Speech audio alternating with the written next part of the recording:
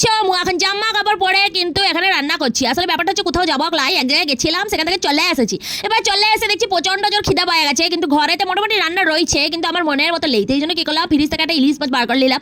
নিয়ে দেখো ভালো করে এপিট ওপিট করে ইলিশ মাছটাকে ফ্রাই করে নিচ্ছি, কারণ বর্ষার সময় ইলিশ দিয়ে ভাত খেতে কিন্তু অনেক ভালো লাগে। তো সেইটাই করেছি। দেখো এখন ভাতের মধ্যে কিন্তু গরম তেলগুলোকে একটু ছড়াই দেবো, আর একটুখানি কি করবো দেখো, এটা হচ্ছে তোমার খারকলের মধ্যে কিন্তু নারকেল সর্ষে মশলা দিয়ে করা হয়েছে। যাই বলো গাইস, ঝাল ঝাল খারকেলের মধ্যে ইলিশের তেল ভরা দিয়ে আর মাছ ভাজা দিয়ে ভাত খেতে কিন্তু আমাকে অনেক ভালো লাগে। তোমাদের কার কার ভালো লাগে অবশ্যই কমেন্ট করে জানাবে, যদি মনে হিংসে না থাকে, কারণ হিংসের চোটে এখন কমেন্ট লাইক করতেও তোমরা ভুলে গেছো। তো যাই হোক, দেখো এখানে কিন্তু ভাতটাকে এরকম করে মাখবে আর ইলিশ মাছটাকে লেবে নিয়ে টুকুর টুকুর করে দিয়ে আর ভালো করে মুখে গরজগুলো ভরবে আর করে একটা ফিলিং দিবে।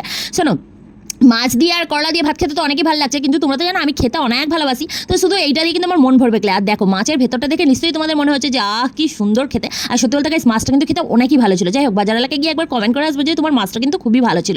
আর দেখো এখানে কিন্তু মাছ খেতে খেতে আবার পেয়ে গেলো খিদে, তাই জন্য দেখো ওপাশে কিন্তু মাছটাকে রেখে দিয়ে আর নিয়ে দিচ্ছি একটা ডিম।